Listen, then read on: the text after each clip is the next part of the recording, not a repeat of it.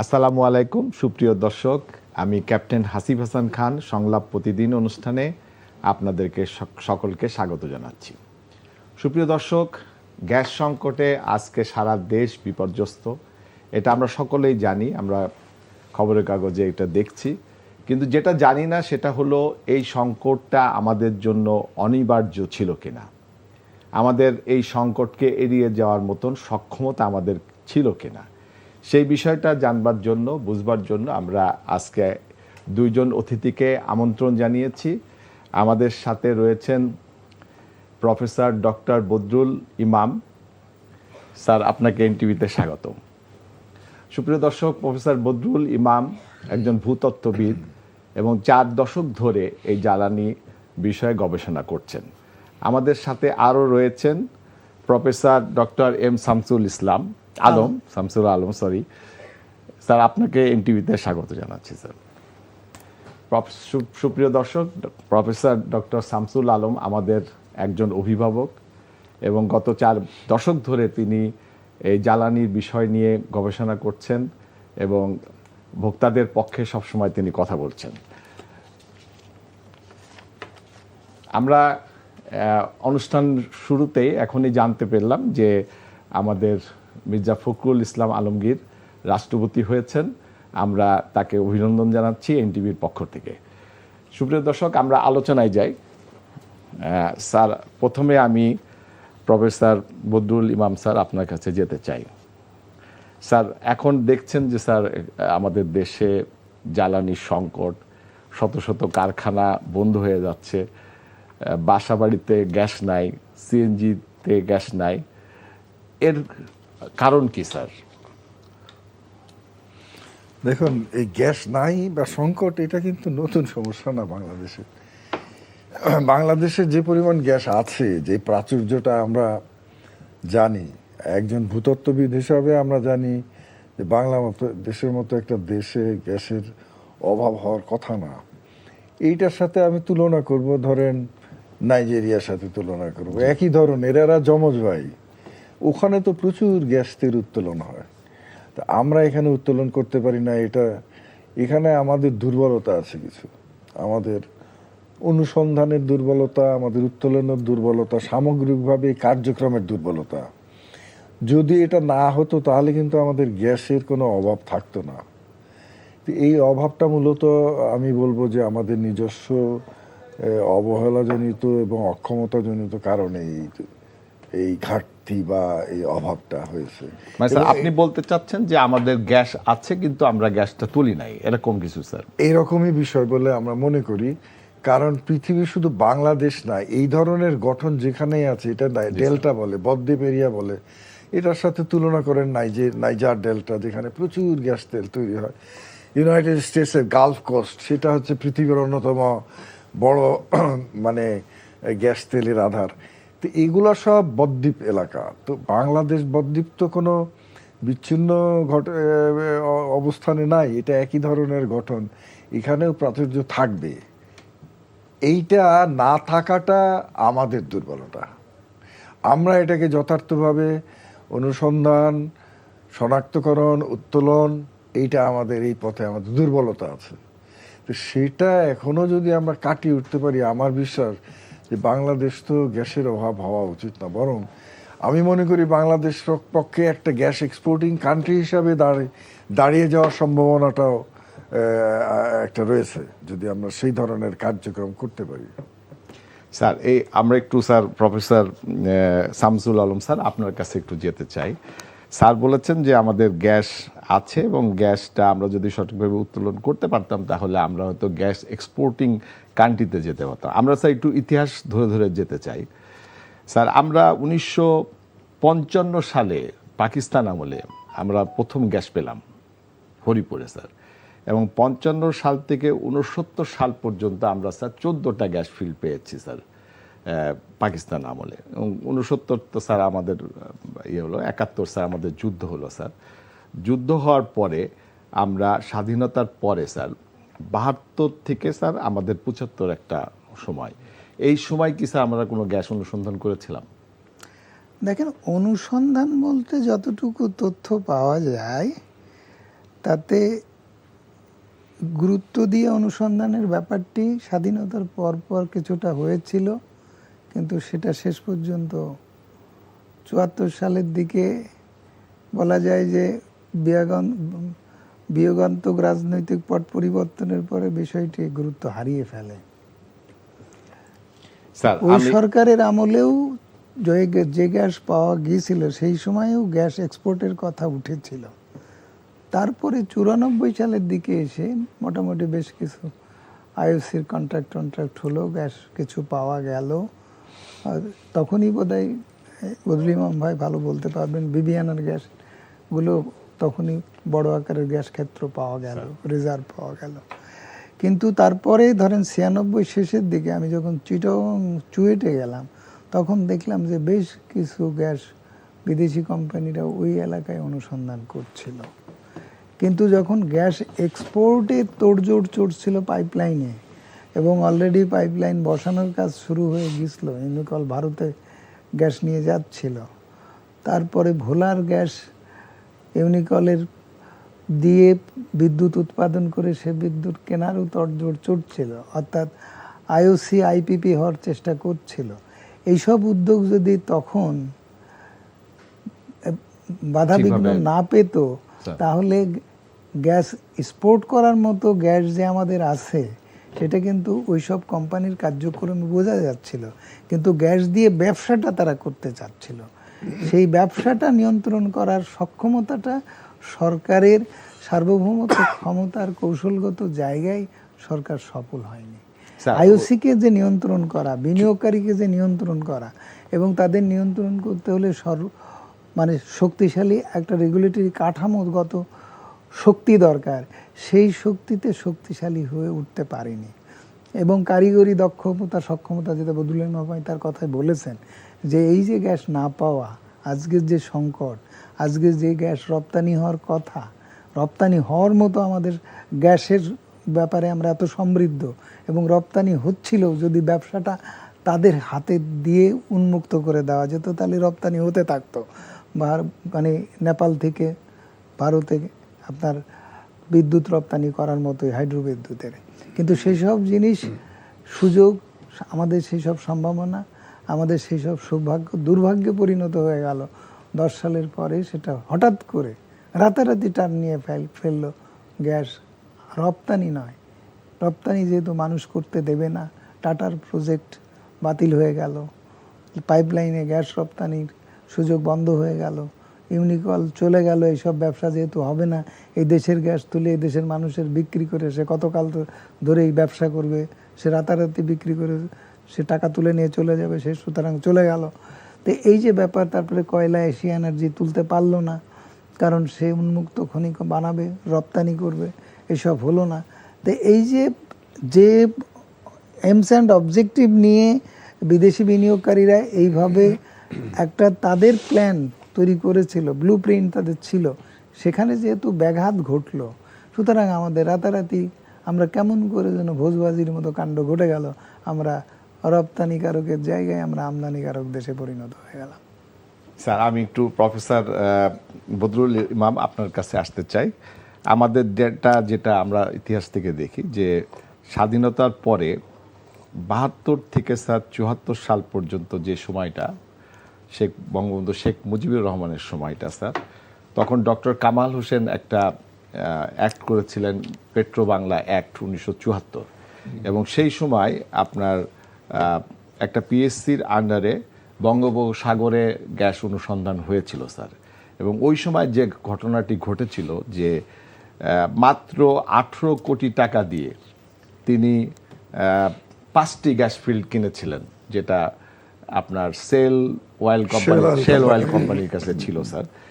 এবং সেই 5টি কোম্পানি উনি কিনেছিলেন, তার মধ্যে ছিল আপনার তিতাস, বাকরাবাদ, হবিগঞ্জ, রশিদপুর, কৈলাসটিলা। এটাই আপনার 50 বছর ধরে স্যার। এই জায়গাটা স্যার আপনার কাছে একটু জানতে চাই স্যার। না, এইটা তো ছিল একটা যুগান্তকারী পদক্ষেপ। মানে বঙ্গবন্ধুর মতো ওই রকম ফিগার না থাকলে হয়তো এটা কেউ সাহস করতো না, যদি বিদেশি কোম্পানির কাছ থেকে এইভাবে ছিনিয়ে নেওয়া ওই সময়। তো এই 5টা গ্যাস ফিল্ড ছিল বাংলাদেশের গ্যাস ফিল্ডের ব্যাকবোন, এবং এখনো কিন্তু বাংলাদেশের বা গ্যাস ফিল্ড সমূহের মূল ধারায় এই 5টা গ্যাস ফিল্ড আছে 50 বছর ধরে। 50 বছর, যদিও তার পরবর্তীতে বিবিয়ানা বলে আরো বড় একটা ফিল্ড তৈরি হয়েছে বা আবিষ্কার হয়েছে, কিন্তু এখনো তিতাস এখনো আমাদেরকে বিরাট বড় গ্যাস সরবরাহের একটা স্থান হিসেবে আছে। তো এই গ্যাস ওই আপনার ফিল্ডগুলার আবিষ্কার, উত্তোলন, এর যে প্রেক্ষাপট, এইটার থেকে আমরা যেটা দেখতে পাই সেটা হচ্ছে যে বাংলাদেশের যে মানে ইনহেরেন্ট মানে সহজাত যে প্রকৃতিটা, সেটা খুবই গ্যাস প্রবণ। না স্যার, আমাদের আমি স্যার একটু মানে ইতিহাস ধরে ধরে যেতে চাই। হ্যাঁ। এবং 9 আগস্ট এই শেয়ার ট্রান্সফার হয়েছিল 1975 সালে।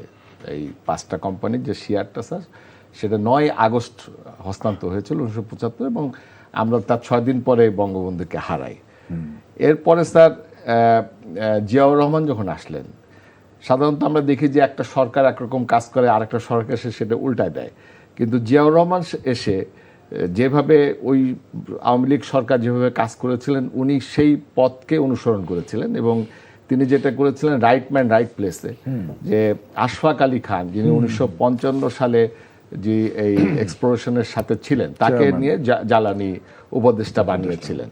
এবং এরশাদ সাহেব, জিয়াউর রহমানের 81 সাল পর্যন্ত আমরা আরো 3টা গ্যাস ফিল্ড পাই। এরপরে স্যার এরশাদ সাহেবও এসে একইভাবে ছিলেন এবং বাপেক্স তৈরি করেছিলেন। তৈরি করার পরে আমরা দেখেছি যে স্যার এই 90 শেষের দিকে এসে আমরা প্রায় আরো 14টা গ্যাস ফিল্ড পেয়েছিলাম। 7টা আর আগের যে 8টা মিলে 14-15টা আমাদের হলো স্যার। কিন্তু যখন 95 সালে যখন আমরা ভোলাই গ্যাস পেলাম, সেই ভোলার গ্যাসটা যখন আমরা পেয়েছিলাম, স্যার বলেছেন ইউনিকলের কথা। ইউনিকল কোম্পানিটা স্যার তখন প্রস্তাব দিয়েছিল একটা, যে ভোলার গ্যাসটাকে তারা পাইপলাইন দিয়ে খুলনায় নিবে, একটা পাওয়ার প্ল্যান্ট, এবং বরিশাল একটা পাওয়ার প্ল্যান্ট। এই ভোলার গ্যাসটাকে মার্কিন কোম্পানি সেখানে বিনিয়োগ করতে চেয়েছিল $700 মিলিয়ন, কিন্তু আমরা এটাকে কেন গ্রহণ করলাম না স্যার? দেখুন, মার্কিন কোম্পানিকে ভোলার গ্যাস দেওয়ার কতগুলা ডিফিকাল্টি ছিল। সেটা হচ্ছে যে দেশীয় কর্তৃত্ব যদি মার্কিন কোম্পানিকে আপনি গ্যাস ক্ষেত্রের উপর দিয়ে দেন, তাহলে এটা ইভেনচুয়ালি জাতীয় স্বার্থ রক্ষা পায় না। এই কারণে আমার মনে হয় পাইপলাইন করতে চেয়েছিল স্যার। হ্যাঁ, না ঠিক আছে, কিন্তু এই পাইপলাইনের মাধ্যমে তারা যে কাজটা করতো, সেটাই গ্যাসটা তারা ভারতে রপ্তানি করার না স্যার, ওরা বলেছিল স্যার যে 2টা খুলনায় নিবে, খুলনায় ওখান থেকে তারা একটা গ্যাস বিদ্যুৎ করবে খুলনায় একটা, আর একটা হলো স্যার বরিশালে গ্যাস বিদ্যুৎ করবে পাইপলাইন নিয়ে এসে। সেটা আমরা নিই নাই, কিন্তু আমরা ওখানে স্যার গ্যাসটা ওখানে ফেলে রেখেছিলাম। এবং 2010 সালে এসে স্যার 2010 সালে এসে আমরা গ্যাস ফ্রম বলে একটা রাশিয়ান কোম্পানিকে আনলাম, এবং রাশিয়ান কোম্পানিকে আমরা এই গ্যাসটা দিলাম। এবং যখন বাপেক্সের যে একটা কূপ খনন করে, সেখানে আমাদের লাগে হলো 40 থেকে 60 কোটি টাকা, কিন্তু আমরা এই গ্যাস ফ্রমকে দিলাম 160 কোটি টাকা দিয়ে, এবং এটা ডলারে পেমেন্ট করলাম। এবং তাদেরকে দিয়ে দিলাম স্যার। দেওয়ার পরে তারা এই গ্যাস কূপ খনন করলো, এবং ওখানে শাহবাজের 6টা, তারপর নর্থ ভোলায় 2টা, এবং ইলিশাতে 1টা, এবং সব জায়গায় গ্যাস পেলাম। এখানে প্রায় 5 TCF গ্যাস আছে। এইটা আমরা এখনো পাইপলাইনে আনতে পারলাম না কেন স্যার? এইটা পাইপলাইনে আনাটা তো বিরাট কিছু না, এটা তো নিয়ে আসার কথা। তবে 5 TCF গ্যাস আছে কিনা আমার সেটা সম্পর্কে একটু সন্দেহ আছে।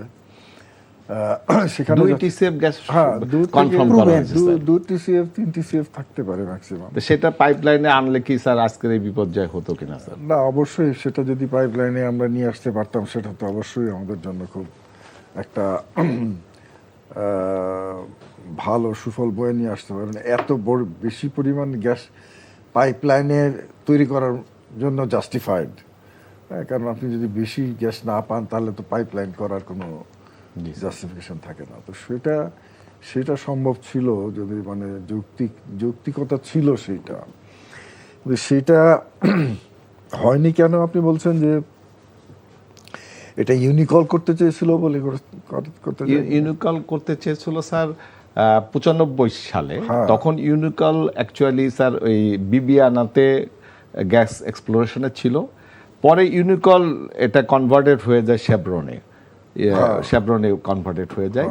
তো ইউনিকল তখন এটা এখানে বিনিয়োগ করতে চেয়েছিলেন, যে পাইপলাইনের টাকা এবং এই গ্যাস ফিল্ড, এই গ্যাস ভিত্তিক দুইটা পাওয়ার প্ল্যান্ট Power plant। ইউনিকল বিনিয়োগ করতে চেয়েছেন, এবং তারা বলেছিল যে আওয়ার মানি আওয়ার লস, যদি আমাদের টাকা যদি লস হয় আমাদের হবে। কিন্তু আমরা তখন একটা কমিটি করে দেওয়া হয়েছিল, সেই কমিটি বলেছিল যে এটা ভাইবল না। কিন্তু সেই গ্যাসটা পরে আমরা গ্যাসপ্রমকে দিয়েছি স্যার, এবং গ্যাসপ্রম ওইটাকে এক্সপ্লোর করেছে, কিন্তু পাইপলাইনের কারণে এটা আমাদের ন্যাশনাল গ্রিডে আসে নাই। না, সেক্ষেত্রে তো আমি বলবো যে আগের প্রস্তাবটাই মানে লাভজনক ছিল বেশি। পাইপলাইনের জন্য আমরা আনতে পারলাম না এবং এখন পর্যন্ত এটা আসলো না। আর সেখানে যদি তারা পাইপলাইন করে এটাকে আনার ব্যবস্থা করে দিতে পারতো তাহলে সেটাই তো ভায়াবল বেশি ছিল, লাভবান বেশি ছিল। এখন ধরেন এগুলো পলিসিগত ম্যাটার, আমি জানি না জাতীয় প্রেক্ষাপটে এটা কি ধরনের ইম্প্যাক্ট ছিল বলে এটা দেওয়া হয়নি, এ সম্পর্কে আমার সম্যক অবহিত নই আমি। তবে আমি মনে করি এটা এখনো ভায়াবল, এখনো আমরা এই গ্যাসটাকে ইউজ করার যথার্থ ব্যবস্থাপনা করতে পারি। তবে এটা করা উচিত, এটাকে ফেলে রেখে দিয়ে আমরা এখন যে গ্যাস ক্রাইসিসে থাকি তার কোনো জাস্টিফিকেশন নাই। স্যার আমি একটু professor M Shamsul Alam sir আপনার কাছে আসি, যে আমরা নিজেদের গ্যাস এক্সপ্লোরেশন না যে আমরা যে এলএনজিতে গেলাম স্যার, এটা কি সলিউশন কিনা স্যার? দেখেন, এই কথাটা তো আগের কথার মধ্যে এসে গেছে, যে রাতারাতি কেমনে করে আমরা এলএনজিতে চলে গেলাম। আমাদের গ্যাস আছে, সেই গ্যাস রপ্তানি করতে বাধা দিলাম, যে আমাদের গ্যাস আমরা ব্যবহার করব, তাহলে রপ্তানি হবে না, আমরাই তুলবো, তাহলে আরও কম দামে তুলতে পারবো। চিপেস্ট গ্যাস থাকার কারণে এই যে 2-3 দশক ধরে আমরা শিল্পে প্রবৃদ্ধি, জিডিপি প্রবৃদ্ধি এসব দিয়ে মধ্যম আয়ের দেশের প্রেক্ষাপট, মানে আমরা ভিত্তিভূমি তৈরি করতে যেগুলো পারলাম, সেটা তো গ্যাসের কারণে, অন্য কোনো রিসোর্স তো আমাদের ছিল না। তো সে প্রশ্নটা তো রয়ে গেছে। তা আপনি যে কথাটি বলছিলেন যে আলোচনাটা, আজকেও এই ব্যাপারটি আলোচনায় এসে যাচ্ছে। সরকারের নীতি নির্ধারণী পর্যায়ে যে বিষয়টি চলে এসছে, যে সরকার অতিমাত্রায় গুরুত্ব দিচ্ছে এখন পর্যন্ত এলএনজি আমদানির উপরে, কিন্তু আমরা যেখানে 70 থেকে 80 টাকা পার কিউবিক মিটার এলএনজি আনতে খরচ হচ্ছে, সেখানে এখনও ভাষ্য হচ্ছে 3 থেকে 4 টাকার মধ্যে আমরা গ্যাস পাচ্ছি, আমাদের নিজস্ব গ্যাস। তো সেই উৎপাদন ব্যয়ে এই ব্লেন্ডিং করে আজকে সেই গ্যাসের দাম 32 টাকা চলে গেছে আর কি, মানে 20% বেশি এলএনজি যোগ করার পরে।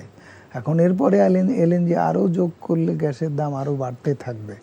সেই গ্যাস আমরা এনে আমাদের জ্বালানি নিরাপত্তা নিশ্চিত করতে পারবো, তা দিয়ে বিদ্যুৎ উৎপাদন করব, তা দিয়ে ফ্যাক্টরি, মিল, কলকারখানা চালাবো, তা আমাদের পণ্য বা উৎপাদিত সেবা বাজারে, উন্মুক্ত বাজারে কম্পিটিশনে টিকে থাকবো, নাকি এলএনজি টার্মিনালগুলো অব্যবহৃত থাকবে, বিদ্যুৎ উৎপাদন কেন্দ্র জ্বালানির অভাবে যেমন অব্যবহৃত থাকছে, ব্যয় বাড়ছে, তেমন গ্যাসের ওই রিগ্যাসিফিকেশন প্ল্যান্টগুলো, এলএনজি টার্মিনালগুলো ওইভাবে পয়সার অভাবে আমরা এলএনজি আনতে পারতেছি না, পড়ে থাকবে। এই আশঙ্কা কিন্তু উড়িয়ে দেওয়া যাচ্ছে না। এখন দেখা যাচ্ছে যে কিছু কিছু মহল থেকে বলা হচ্ছে যে ফেনী পর্যন্ত গ্যাস লাইন টানা হচ্ছে। তো ফেনী পর্যন্ত গ্যাস লাইন টেনে তো গ্যাস আনা হবে না, এলএনজির জন্য তো উপর থেকে এলএনজির ব্যবস্থা করা হচ্ছে। তো এখন আপনি যে কথা বলছিলেন, তার সেই তুলনায় তো আপনার পাইপলাইন ভোলা থেকে টেনে গ্যাস গ্রিডে নিয়ে যাওয়া তো সহজ, যেটা আগেও প্রস্তাব ছিল, এখনও এসছে। তাহলে সেইটাকে আমরা প্রায়োরিটি দিচ্ছি না, এবং আমরা পিডিবির যে ওখানে বিদ্যুৎ উৎপাদন করে সেটা পিডিবির বিদ্যুৎ গ্রিডে আনা, সেইটা অলরেডি পিডিবির প্রচেষ্টা চালাচ্ছে, সেটা স্লো হয়ে যাচ্ছে। এখন এটা বেসরকারি খাতে যদি ওরকম রেন্টালের মতো কোনো বিদ্যুৎ কেন্দ্র তৈরি করে সেই গ্যাস ব্যবহার করার কথা ভাবা হয়, তাহলে আপনার প্রস্তাব যে গ্রিডে গ্যাস আনা, ওটা ওই গ্যাস আনার থেকে অনেক কম ব্যয়ে আপনি এই ভোলার গ্যাস আপনি নিয়ে যেতে পারবেন পাইপলাইনে, ওই গ্যাস পাইপলাইনে টানার আগে। তো এই যে ব্যাপারগুলো ডিসিশন মেকিং প্রসেসে, যেটা ইমাম ভাই বলেছে, যে এই যে পলিসি লেভেল ডিসিশন, প্ল্যানিংয়ের পর্যায়ে যেই যে কিছু অসামঞ্জস্যতা সাদা চোখে ধরা পড়ে, খুব ক্রিটিক্যালি দেখা যায় না, এই সাদা চোখে ধরার ব্যাপারটা বিভিন্ন সময়ে কাজ করে। আপনি বললেন যে তথ্য দিলেন যে এই গ্যাস ফিল্ড তখন ইউনিকলকে দেওয়া হলো না, দেওয়া হলো রাশিয়ানকে। সেখানে রাশিয়ান দিকে আমরা কেন ঝুঁকে পড়তে গেলাম? আজকে কথা অভিযোগ শোনা যাচ্ছে যে আজকে এলএনজি টার্মিনাল নির্মাণের জন্য সরকার চীনকে দিয়েছে। এখন আপনার ভেতর থেকে প্রতিক্রিয়াশীল শক্তি ওটা বাতিল করতে হবে, এটা অন্যভাবে ব্যবহার করতে হবে। তো এইরকম এই যে ব্যবসা লেনদেন, এর যে ভেতরে নেপথ্যে অস্বচ্ছতা, এই ব্যাপারগুলো বরাবরই গোড়া থেকেই দশকের পর দশক ধরে এটা চলে আসছে। আর আলটিমেটলি এর খেসারত দিতে হচ্ছে আমাদেরকে ব্যয় বৃদ্ধি দ্বারা, আর পাশাপাশি হচ্ছে সংকট সৃষ্টির দ্বারা। এটা যদি স্মুথলি জ্বালানি সার্বভৌম ক্ষমতা ব্যবহার করার সক্ষমতা যদি বিগত সময়ে সরকারগুলোর থাকতো, এবং যে ধারাবাহিকতা চলে আসছিল সেই ধারাবাহিকতাই যদি চলতে থাকতো, তাহলে হয়তো আজকের এই বিষয়গুলো নিয়ে আমাদেরকে আলোচনা করার দরকার পড়তো না। আমরা সত্যিকার অর্থে জ্বালানি স্বনির্ভর জাতি হিসেবে প্রতিষ্ঠিত হতে পারতাম, এবং আমরা উন্নত জাতি হিসেবে আজকে উন্নত জাতির 8-10টাদের মতোই আর সব বিষয় নিয়ে আলাপ আলোচনায় রত হতাম। গ্যাস সংকট, বিদ্যুৎ সংকট, তারপর জ্বালানি নিরাপত্তা সংকট, এসব নিয়ে অতি দরিদ্র জাতির স্তরে বসে এই আলোচনায় থাকতে হতো না। অধ্যাপক বদরুল ইমাম, আমাদের এরকম ঘটনাটা কি এরকম কিনা যে আমাদের এক পকেটে টাকা আছে, প্রচুর পরিমাণ টাকা আছে, আমরা সেই পকেটে হাত দিচ্ছি না, না দিয়ে আমরা টাকা ধার করে এনে খাবার কিনছি? আমাদের তো গ্যাস আছে আপনি বলছেন, আমাদের কয়লাও আছে স্যার, কয়লাটাই আমরা উঠাচ্ছি না কেন? না, এটা তো ধরেন গ্যাস থাকবে কেন, আমি বলি পৃথিবীর এমন কোনো বদ্বীপ এলাকা নাই যেটা প্রচুরভাবে গ্যাস সমৃদ্ধ না। আপনি ধরেন সবচেয়ে বড় বড় গ্যাস ক্ষেত্রগুলো পৃথিবীর নাইজেরিয়াতে আছে, United States Gulf Coast Texas ওই এলাকায় আছে, আলাস্কাতে আছে। এইগুলো হচ্ছে পৃথিবীর বড় বড় গ্যাসের আধার, এগুলো সবই বদ্বীপ এলাকা।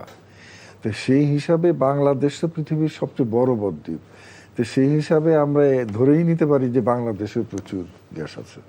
74 সালে স্যার যখন শেখ মুজিবুর রহমানের সময় আমরা যখন এক্সপ্লোরেশনে গিয়েছিলাম সমুদ্রে, তখন কিন্তু উনি সোভিয়েত ব্লকের হওয়ার পরেও উনি কিন্তু আমেরিকান কোম্পানিকে দিয়েছিলেন, এবং আমেরিকান কোম্পানিকে দেওয়ার পিছনে যুক্তি ছিল যে তারা টেকনোলজিতে বেশি, এবং কুতুবদিয়া যে জায়গাটা স্যার, ওখানে আমরা কিন্তু গ্যাস পেয়েছিলাম, যে গ্যাসটা আমরা এখনো উত্তোলন করি নাই। হ্যাঁ স্যার, এখন আমাদের যে পার্শ্ববর্তী রাষ্ট্র আমরা দেখছি স্যার, যে মিয়ানমার, ওখান থেকে স্যার গ্যাস উত্তোলন করে 225 কিলোমিটার পাইপ নিয়ে তারা চায়না নিয়ে যাচ্ছে, আর এই পাশ থেকে ইন্ডিয়া গ্যাসও পেয়েছে, তেলও পেয়েছে। মাঝখানে আমাদের যে বিশাল জায়গা 1,08,000 বর্গ, এই জায়গায় গ্যাস তো তেল তো আছে বলে আপনি কি বলেন স্যার? এখানে গ্যাস তেল নাই? তেলের বিষয়টা আমি কমেন্ট করতে চাই না, কারণ গ্যাস আর তেলের অবস্থানগত ডিফারেন্স আছে। আমাদের দেশটা গ্যাস প্রন, অ্যারাবিয়ান এলাকা কিন্তু তেল প্রন। এগুলো কতগুলা মানে উৎপত্তিগত ব্যাপার আছে। যেখানে বদ্বীপ এলাকা, যেখানে নদীবাহিত পলি এসে জমা হয়, খুব ডাম্পিং করে, সেখানে গ্যাস উৎপাদন হয় বেশি, তেল কম হয়। তো সেই হিসাবে আমাদের তেল যতটা আছে তার চেয়ে অনেক বেশি গ্যাস আছে। তো এই গ্যাসটা উত্তোলনের ব্যাপারে আমরা তো যে পরিমাণ মানে সচেষ্ট হওয়া উচিত ছিল, বা যতটুকু আমরা করতে পারতাম তা আমরা করি নাই। সেই কারণে এটা যে ট্রু পটেনশিয়ালিটি আমাদের সামনে এখনো ধরা পড়ে নাই। কিন্তু এখনো পর্যন্ত আমি মনে করি যে বাংলাদেশের গ্যাস মানে যে পরিমাণ আছে এটাকে যদি প্রপারলি আমরা ইউটিলাইজ করি, আমরা গ্যাস এক্সপোর্টিং কান্ট্রি হিসাবে পরিণত না হওয়ার কোনো কারণ নাই। এখানে আপনার সমুদ্র এবং ভূখণ্ডের দুই এলাকাতেই গ্যাস সমৃদ্ধ রয়েছে। ভূখণ্ডে তো আপনি ধরেন পূর্বাঞ্চল বরাবর সব জায়গাতেই আপনার গ্যাস। একটা সময় যখন গ্যাস ক্ষেত্রগুলো আবিষ্কার হওয়া শুরু করলো, ওই উত্তরে ছাতক থেকে আরম্ভ করে হবিগঞ্জ, রশিদপুর, তিতাস, বাখরাবাদ, এই টানা একটা লাইন ধরে গ্যাস উঠা শুরু হলো। এবং তিতাসটা তো আপনার এটাকে দানবীয় গ্যাস ক্ষেত্র, ওয়ার্ল্ড সাইজ অনুযায়ী পৃথিবীর বিশ্বের আপনার গ্যাসের যে ক্লাসিফিকেশন করা হয় তাতে যে সাইজ ক্যাটাগরি, তাতে দানবীয় একটা শব্দ আছে, জায়ান্ট গ্যাস ফিল্ড। সেই ইয়েতে তিতাস গ্যাস ফিল্ডটা পড়ে।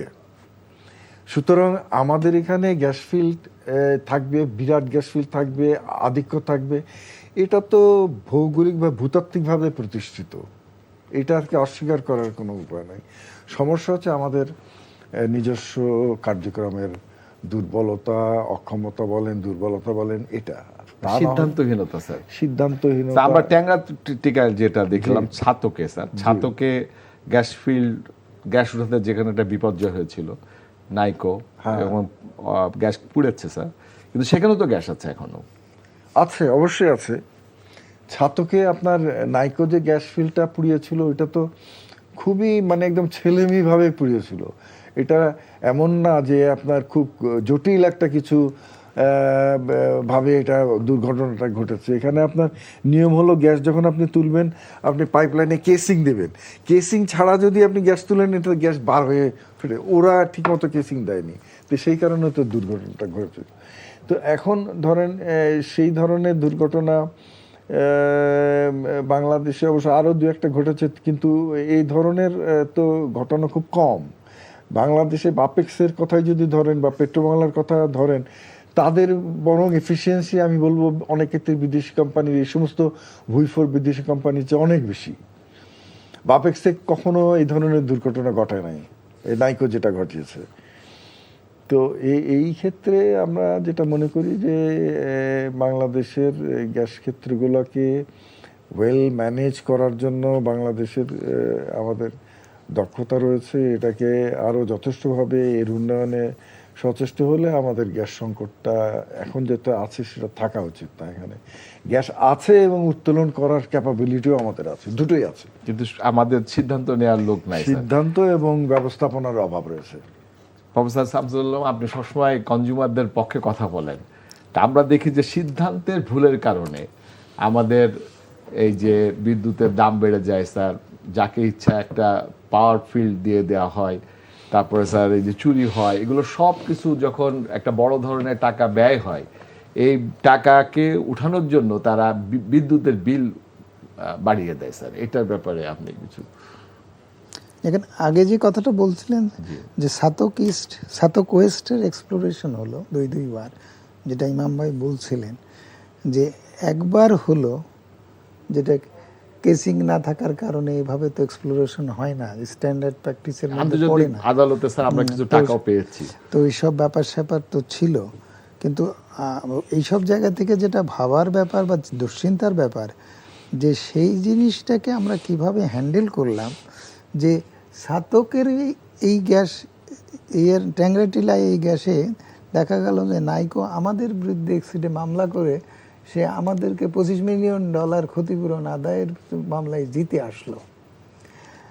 এটা বোঝার সক্ষমতা থাকলো না যে তার চুক্তিটা হচ্ছে অবৈধ, যেটা অলরেডি প্রমাণিত হলো। পরে আমাদের হাইকোর্টে বাতিল করে সরকারকে সেভ করলো, রাষ্ট্রকে সেভ করলো, এবং সেখানে উল্টা আবার আমরাই ক্ষতিপূরণের দাবিদার হলাম, যে তারা আমাদের এই গ্যাস ফিল্ড, যে কথাটা অলরেডি বদরুল ইমাম ভাইয়ের বক্তব্যে এসছে, যে তারা টেকনিক্যালি স্ট্যান্ডার্ড প্র্যাকটিস না করা এই দুর্ঘটনাকে তারা ইনভাইট করেছে। এটা তাদের অবহেলার পরিচয়, অদক্ষতার পরিচয় দিয়েছে। সুতরাং ক্ষতিপূরণ দেওয়ার জন্য তারা লায়েবল টু পে কম্পেনসেশন, এটা একটা বিষয়। কিন্তু সেই বিষয়টি আমরা এক্সারসাইজ করিনি। মানে সরকারের মহলের মধ্যে কি ধরনের দুর্বলতা বা কি ধরনের অস্বচ্ছতা, কি ধরনের আপনি বলতে পারেন যে দুর্নীতি বলেন, আমি আর এটা দুর্বলতা আমি ঢাক করে বলতে চাই না। তো এই জিনিসগুলো যদি অ্যাড্রেস করার সক্ষমতা রাষ্ট্রের না থাকে, তাহলে এই পর্যায়ে এই গ্যাস শেষ হয়ে গেল। এই গ্যাসের সাতক ওয়েস্টের লেয়ার বদলিমান ভাইয়ের লেকচারের কথা আমার মনে আছে, উনি দেখাইছিলেন 5টা লেয়ারে, এবং 5টা লেয়ার যে লেয়ারগুলো শেষ হয়ে গেছে আর লেয়ারগুলোর মানে স্ট্রাকচারগুলো ধ্বংস হয়ে গেছে, অর্থাৎ পুরা গ্যাসই ধ্বংস হয়ে গেছে। তো পুরা গ্যাস ধ্বংস হয়ে গেছে, তার জন্য আমরা তদন্ত করে 720 কোটি টাকা না কত 750 কোটি টাকা ক্লেম করেছিলাম। পরে বোধহয় সরকার $1 মিলিয়ন সেটা কনভার্ট করে পুরা স্ট্রাকচার ধ্বংস অনেক পরে, যে 10 বছর পরে এসে বোধহয় এই জিনিসটা নিয়ে সামনে এসছে। এবং এই সময়গুলোতে আমরা একসঙ্গে এই ট্যাংরা টিলার বিরুদ্ধে আন্দোলন, সমাবেশ, বিক্ষোভ করেছি দিনের পর দিন ধরে। তারপরে মামলা টামলা, বাতিল চুক্তি, অমুক তমুক করে পাবলিকের, পিপুলের জয় হলো।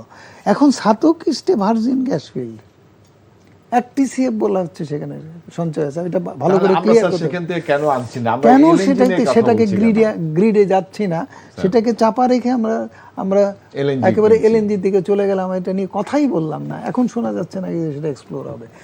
বাপেক্সের কথা উঠলে বলে যে বাপেক্স পারে না, এই কথাগুলো বলে। বদলিমান বহুবার বলেছে যে বাপেক্সের স্থলভাগের গ্যাস শতভাগ উত্তোলন করার সক্ষমতা আছে। এইরকম এক জায়গায় বসে বহুবার তার মুখে শুনেছে, আর তার টেবিলে বসে আলোচনায় তো কত হয়েছে, বাসায় বসে তো কত আলোচনা হয়েছে। আমরা যখন কয়লার ইনভেস্টিগেশন করতে গেছি একাধিকবার, তখন রেস্ট হাউসে বসে আলোচনা হয়েছে যে আমাদের বাপেক্সের, ওনার ছেলেমেয়েরাই তো বাপেক্সে চাকরি করে, তারাই তো এইটার হচ্ছে মধ্যমণি, তারা পারে কি পারে না এটা তো সরকারের থেকে উনি ভালো বোঝেন।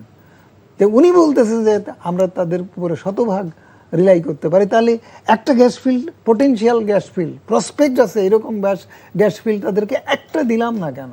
না দিয়ে তাদেরকে পকেট গ্যাস ফিল্ড দিয়ে, যেখানে গ্যাস নেই অথবা আছে 1-6 সেই সব দিয়ে তাদেরকে আমরা ব্যস্ত রাখলাম, এবং এই একটা জাতীয় সক্ষমতার জায়গাটা আমরা ধ্বংস করে আমরা এই জ্বালানি এলএনজি আমদানিকে প্রতিষ্ঠিত করে ফেললাম রাষ্ট্রীয়ভাবে। এটা ভয়ানক রকমের আজকের যে দুর্ভিক্ষ সৃষ্টি হয়ে গেল গ্যাস সংকটের কারণে, জ্বালানি সংকটের কারণে, বিদ্যুৎ সংকটের কারণে, এটা তো মানুষকে খাদ্য থেকে, যদি আপনি যে কনজিউমারের কথা বলছিলেন, এখন আমি এই পার্সপেক্টিভে আসতেছি যে খাদ্য থেকে যদি পরিকল্পিতভাবে খাদ্য থেকে যদি মানুষকে বঞ্চিত রেখে সেখানে যদি অসাধু ব্যবসা করা হয় এবং মানুষের গ্রাস কেড়ে নেওয়া হয়, সেটা কত বড় মানবতা বিরোধী অপরাধ।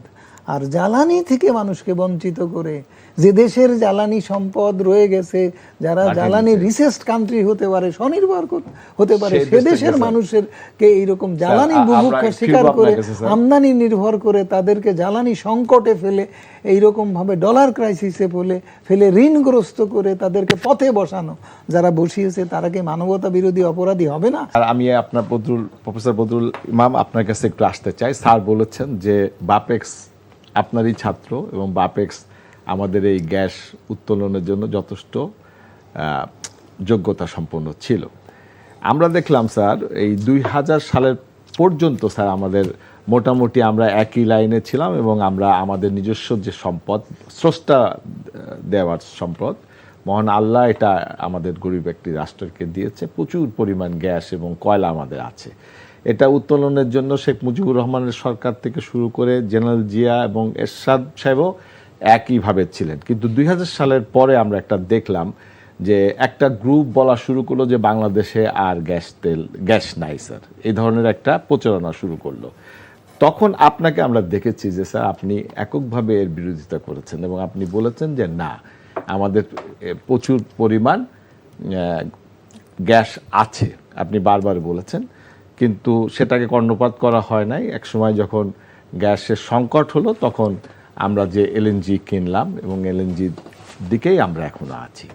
তো এলএনজি কি স্যার সমাধান নাকি স্যার, আপনার কি মনে হয়? দেখেন, বাংলাদেশের মতো একটা দেশের জন্য এলএনজি তো পার্মানেন্ট সলিউশন হতে পারে না। আপনি যত এলএনজির উপর নির্ভরশীল হবেন, আপনার অর্থনীতি তত উইক হয়ে যাবে। এলএনজি আপনাকে কিনতে হবে অতি উচ্চ মূল্যে, যেখানে আপনি দেশের গ্যাসটা পাবেন বিনামূল্যে। মানে আপনার পকেটেই টাকা আছে স্যার। হ্যাঁ, সুতরাং আপনি দেশের গ্যাস না তুলে এলএনজির দিকে যাওয়াটা একটা অপরাধ।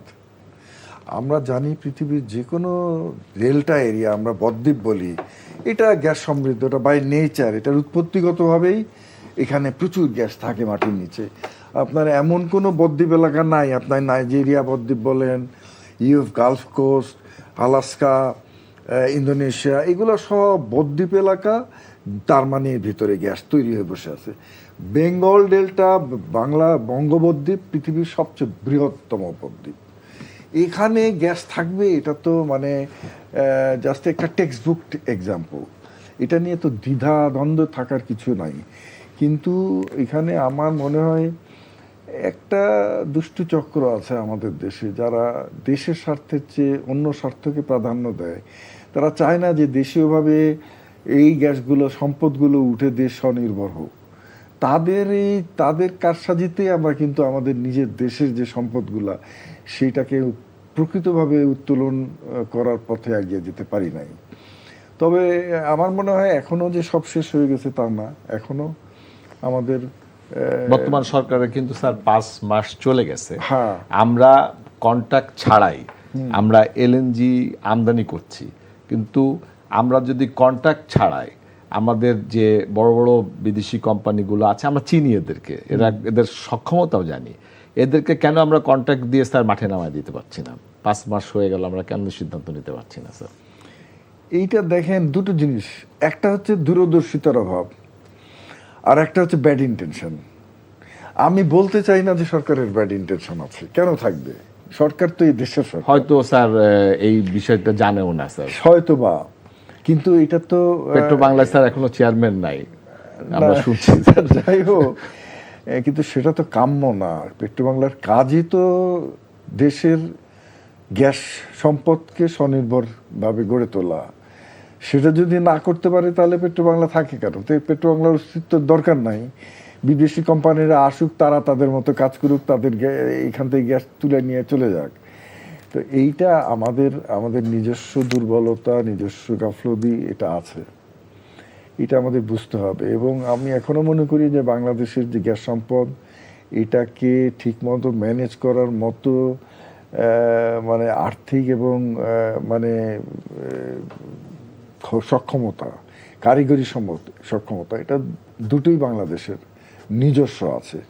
বিদেশিদেরকে নিয়ে যে তুলতে হবে, বিদেশ না আনলে হবে না, এটাতে আমি বিশ্বাস করি না। বিশেষ করে স্থলভাগের গ্যাস, হয়তো বা সমুদ্রপক্ষে আমাদের সেই টেকনোলজিটাতে আমাদের দুর্বলতা আছে, কিন্তু স্থলভাগে আমরা গ্যাস উত্তোলনে স্বয়ংসম্পূর্ণ, আমাদের মেধাও আছে, আমাদের বহু জিওলজিস্ট আছে। বাপেক্স একটা শক্তিশালী প্রতিষ্ঠান, এ থেকে আরও শক্তিশালীভাবে তৈরি করা যেত, যেটা যায়নি, হয়নি। কিন্তু এইটা এখনও আমরা মনে করি যে এটা করা যায়। বাংলাদেশ যদি মনে করে যে তার যে ভূখণ্ডটা আছে সেটাকে যথেষ্ট পরিমাণে গ্যাস উত্তোলনের ব্যবস্থাপনা নিয়ে ঝাঁপিয়ে পড়বে, তাহলে কিন্তু একটা গেম চেঞ্জিং সিনারিও হয়ে যেতে পারে। নাইজেরিয়াতে এত গ্যাস, বাংলাদেশে কেন থাকবে না? যেখানে নাইজেরিয়ার ভূতাত্ত্বিক গঠন, বাংলাদেশের ভূতাত্ত্বিক গঠন একেবারে যমজ ভাই, এখানে কোনো ডিফারেন্স নাই। সুতরাং এখানে এত গ্যাস রয়ে গেল আর এখানে এত অল্প গ্যাস পাওয়া গেল, এটা তো হতে পারে না। এই দৃষ্টিভঙ্গিটা চেঞ্জ করতে হবে। আমার মনে হয় আমাদের যে মানে অ্যাডমিনিস্ট্রেশনে যারা আছেন, যারা এই পুরো জিনিসটাকে মানে পরিচালনা করেন, তাদের মধ্যে কিছু মানে কিছু দরকার, কিছু ডোজ দরকার। সেটা যেভাবেই হোক তাদের এই বোধটা গ্রো করা দরকার, যে দেখেন আপনারা নিজের দিকে তাকান। ওনারা কিন্তু কেউই কিন্তু মানে মনে হয় যে স্বতঃসিদ্ধভাবে বিশ্বাস করেন না যে না আমাদের গ্যাসের মাটির নিচে এটা থাকতে পারে। তারা চেয়ারে বসেই প্রথমে বিদেশের দিকে তাকান যে হ্যাঁ আমরা গ্যাস নিয়ে আসবো, এখান থেকে ওখান থেকে আনবো। দরকার নাই। আমরা ভূতত্ত্ববিদ হিসাবে আমরা জানি, আমরা স্পষ্টভাবে দেখতে পাই যে আমাদের গ্যাসের মানে অভাব হওয়ার কথা না। আমরা প্রচুর গ্যাসের, পৃথিবীতে এমন কোনো বদ্বীপ এলাকা নাই যেটা প্রচুরভাবে গ্যাস রিচ। সুতরাং এটা দেখতে হবে। স্যার আমাদের যে একই পাহাড় স্যার, সীতাকুণ্ড থেকে শুরু হয়েছে স্যার, এই পাহাড়টা যে স্যার ত্রিপুরায় গেছে, ত্রিপুরাটা স্যার আমাদের থেকে অনেক ছোট। সেখানে ভারত অনুসন্ধান চালিয়েছে এবং 11টি গ্যাস ফিল্ড তারা পেয়েছে।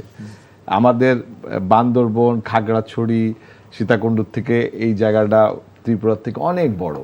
তো তো সেখানে কি আমরা গ্যাস পাবো না স্যার?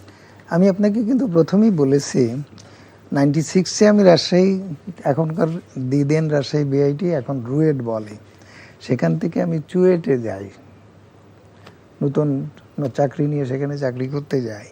96 সালে যখন আমি প্রথম গেলাম চুয়েটের ওই এলাকায়, পাহাড়ি এলাকা, চুয়েটের পর থেকেই শুরু, সেখানে কিন্তু আমি অনুসন্ধানকারী কর্মীর, সম্ভবত অক্সিডেন্টাল বা ইউনিকলেরই হবে তারা, কিন্তু অনুসন্ধান করছিল।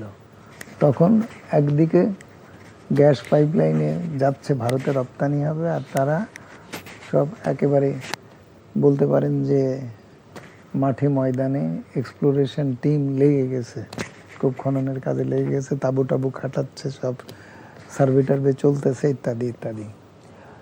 পরবর্তীতে যে বন্ধ হয়ে গেল, কারণ ইউনিকল চলে গেল, সব ছেড়ে ছুড়ে দিয়ে চলে গেল, বন্ধ হয়ে গেল, ওই বেল্টে কিন্তু আর এক্সপ্লোরেশনই হয়নি। এক্সপ্লোরেশন যদি না হয় তাহলে আপনি কি করে বলবেন? এক্সপ্লোরেশন কেন হচ্ছে না? 2008 সালে যখন তত্ত্বাবধায়ক সরকার শেষ হচ্ছে, বাস তখন এই রেগুলেটরি কমিশনে হিয়ারিং আসলো গ্যাসের দাম নির্ধারণে। তখন বলা হলো যে আমাদের জাতীয় সক্ষমতা বাড়াতে হবে, টাকা পয়সা দরকার, আইওসিকে দিয়ে গ্যাস তোলাচ্ছে, দাম বেশি পড়ছে, সুতরাং কম দামে নিজস্ব গ্যাস, নিজস্ব সক্ষমতায় সাশ্রয়ী মূল্যে তৈরি করে আমরা আরও বেশি সমৃদ্ধশালী হতে পারবো। তখন আপনি, আমি, আমরা সবাই গ্যাস বিলের সঙ্গে অতিরিক্ত পয়সা দিচ্ছে গ্যাস উন্নয়ন তহবিলে আজ অবধি, এবং তখনকার হিসাবে 1,500 কোটি টাকা বছরে দেওয়া হচ্ছিল। তখন একটা কূপ খনন করতে 60 কোটি টাকার বেশি লাগতো না, একটা অনুসন্ধান কূপ খননের ব্যয় ছিল, এখন হয়তো বাড়ছে। তাহলে কতগুলো, 1,500 কোটি টাকায় কতগুলো কূপ খনন করা যেত? কমপক্ষে 10-12টা কূপ খনন করা যেত, অনুসন্ধান কূপ খনন করা যেত। তার মানে কি আপনি এক্সপ্লোরেশনের বন্যা বয়ে দিতে পারতেন না? তখন তার ডলার সংকট ছিল না। কিন্তু সেই 2008 সালের চিত্র এই ছিল। সেইটা 2022 সালে এসে দেখা গেল, 14-15 বছর পরে যখন আবার গণশুনানিতে এই তথ্যপত্র চাওয়া হলো, তখন দেখা গেল যে 65% টাকা খরচই হয়নি, আর 35% টাকা বিদেশি কন্ট্রাক্টর, বাপেক্সের অনুসন্ধান না, ডেভেলপমেন্ট কূপ খনন করার জন্য, Bapex, Sylhet gas field, Bangladesh gas field, এদের ডেভেলপমেন্ট কূপ খননের জন্য তাদের বিল দেওয়া হয়েছে। এদের দেশীয় কোম্পানির যে সংস্কার আনা দরকার ছিল কাঠামোগতভাবে, যে সব কোম্পানি এক করে নাপেক্স করে তাকে আন্তর্জাতিক মানের আইসি তৈরি করার জন্য তাদের কারিগরি দক্ষতা উন্নয়ন এবং ওয়েল ইকুইপড করা এবং বিনিয়োগে টাকা দেওয়া, কে দিয়েছে? তাদের স্ট্র্যাটেজিক প্ল্যান তৈরি করার কথা ছিল, 5 বছরে বিআরসিতে আনার কথা ছিল, বা পেট্রোবাংলা আনিনি, তখন না এনে তারা ফাস্ট ট্র্যাক প্রকল্প করে ওই টাকা নয়ছয় করেছে। এবং এদেরকে তো বিচার হওয়া উচিত যারা এর পেছনে এইসব করেছে। উনি যেটা বললেন, একটু আভাস ইঙ্গিত দিছেন, এটা একটা পরিকল্পিতভাবে এই কাজটা দীর্ঘদিন ধরে করা হয়েছে, ভেতর থেকে নেপথ্যে একটা ক্রিয়াশীল চক্র এর পেছনে কাজ করেছে। এবং একটা জাতিকে এভাবে অদক্ষ প্রমাণ করা, এটা কি রাষ্ট্রদ্রোহিতার পর্যায়ে পড়ে না? এই জিনিসটা বুঝার মতো বোধ যদি কোনো জাতি না থাকে, এবং এইটার ব্যাপারে এ নিয়ে যদি রাজনৈতিক চেতনায়ন না হয়, তাহলে আমরা যে অন্ধকারে আছি, ব্রিটিশ আমলে পরাধীন জাতি হিসেবে আমরা সেটাই রয়ে গেছি। আমরা বুদ্ধিভিত্তিক প্রতিবন্ধী, এর চেয়ে আর বেশি কিছু আমার বলার নেই। প্রফেসর বদরুল ইমাম, আমরা এখন দেখছি যে অনেক বাইরের কোম্পানি আমাদের দেশে আসার জন্য, বিনিয়োগ করার জন্য আসছে। কোরিয়ান ইপিজেড হচ্ছে, জাপানি ইপিজেড হচ্ছে, চায়না ইকোনমিক জোন হচ্ছে। এইসব সব কোম্পানি যখন আসবে, তাদের তো আমরা কিভাবে জ্বালানি দিব স্যার? জ্বালানি যদি আপনি না দিতে পারেন তাহলে তারা চলে যাবে। সুতরাং জ্বালানির জোগাড় আপনাকে করতেই হবে। এখন কথা হচ্ছে যে দেশের জ্বালানি থাকা সত্ত্বেও যদি আপনি জ্বালানি উত্তোলন না করতে পারেন, তাহলে সে ব্যর্থতা আপনার। আমাদের দেশের জ্বালানি মানে প্রাচুর্য না থাকাটা অস্বাভাবিক, কারণ পৃথিবীর সব এই ধরনের ডেল্টা এরিয়াতে প্রচুর গ্যাস, বিশেষ করে গ্যাস থাকে, এবং বাংলাদেশেও এটা আছে। এইটা উত্তোলনের ব্যবস্থার জন্য আমাদের যে অনুসন্ধান এবং উত্তোলনের যে কার্যক্রম, এতে আমাদের বিরাট বড় ঘাটতি আছে। এই মানে আপনি ষড়যন্ত্রের স্যার তো বললেন যে ষড়যন্ত্র আছে এখানে স্যার। ষড়যন্ত্র তো এখন ধরেন বাংলাদেশের বিরুদ্ধে ষড়যন্ত্র তো অনেক পূর্ব থেকে অনেক ধরনের হয়ে আসছে। আমরা জাতিগতভাবে একটা উন্নত জাতিতে পরিণত হই, এটা অনেকে হয়তো চায় না। তো সেটা তারা না চাইতে পারে, কিন্তু তার জন্য তো আমাদের এগিয়ে না থাকার কোনো কারণ নাই, বরং আমাদের আরো দ্বিগুণ শক্তিতে এগিয়ে যাওয়ার প্রবণতা থাকা উচিত। তো সেই হিসাবে আমি মনে করি যে বাংলাদেশের এই জ্বালানির যে যে প্রাপ্যতা, এইটা আমরা উন্মোচন করতে পারি। স্যার আমরা সিঙ্গাপুর, থাইল্যান্ড দেখি স্যার, সেই দেশেও স্যার 93% গ্যাস ওরিয়েন্টেড, মানে তাদের যে জ্বালানি স্যার, কিন্তু সেখানে তারা একটা রিনিউয়েবল এনার্জি তারা ইউজ করে। রুফটপে, বিশেষ করে ইন্ডাস্ট্রিগুলোতে রুফটপে তারা প্যানেল, সোলার প্যানেল করে, ব্যাটারি দেয়। আমাদের ইকোনমিক জোনগুলোতে যদি আমরা এ ধরনের একটা বাধ্যবাধকতা করা যায় কিনা স্যার? এটা এই সরকার ক্ষমতা এসে যে উল্লেখযোগ্য একটা কাজ করেছে, সেটাও সফল হওয়ার ব্যাপারে যথেষ্ট ঝুঁকি বা যথেষ্ট আশঙ্কা বাই দিস টাইম তৈরি হয়ে গেছে। যে সে নবায়নযোগ্য জ্বালানি উন্নয়ন কৌশলপত্র 2026 টু 2030 সরকারের মেয়াদে তৈরি করেছে, স্বল্প মেয়াদী, এবং সেখানে চাহিদার 20% এনার্জি বা বিদ্যুৎ আসবে সৌর বিদ্যুৎ, বাণিজ্যিকভাবে সৌর বিদ্যুৎ উৎপাদন থেকে। এবং এই বিদ্যুৎ উৎপাদন কৌশলটা যেটা যেভাবে বর্ণনা করা হয়েছে বা যেভাবে চাওয়া হচ্ছে, ফর্চুনেটলি ওই কমিটিতে আমিও ছিলাম, কৌশলপত্র প্রণয়ন কমিটিতে। তো সেখানে যে ব্যাপারগুলো এসছে সেটা হচ্ছে যে বিদ্যুৎ ফার্মিং কৃষক তৈরি করা হবে, এইরকম একটা দৃষ্টিভঙ্গি থেকে ছোট ছোট আকারে বিদ্যুৎ তৈরি হবে। ছোট ছোট সবজি তৈরি করে যেমন মানুষ বাজারে নিজে বিক্রি করে, ঠিক ওই রকমভাবে কয়েক কিলোওয়াট বিদ্যুৎ তৈরি করে সে নিজের কিছু ব্যবহার করবে, কিছু গ্রিডে দিয়ে দেবে।